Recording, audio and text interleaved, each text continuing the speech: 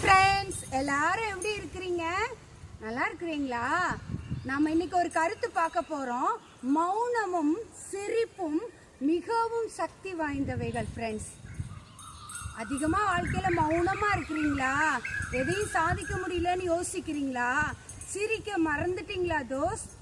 கவலைப்படாதீங்க. சக்தி வாய்ந்தது இந்த மௌனமும் சிரிப்பும் என்று சொல்லி பார்க்கிறோம். நிறைய பிரச்சனைகளை குறைத்து விடுகிறது இந்த சிரிப்பு.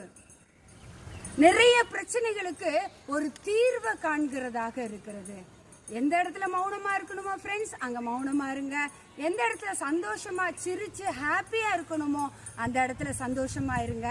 சிரிப்பு, உங்களுடைய சிரிப்பு அநேக பிரச்சனைகளுக்கு தீர்வை கொண்டு வரும்னு பார்க்கிறோம். எப்பொழுதும் சந்தோஷமா இருங்கள், கர்த்தருக்குள் எப்பொழுதும் சந்தோஷமா இருங்கள் என்று சொல்லி வேதம் சொல்லுகிறது. அதை கற்றுக்கொண்டு வாழ்க்கையில அபியாசப்படுத்துங்க. God bless you.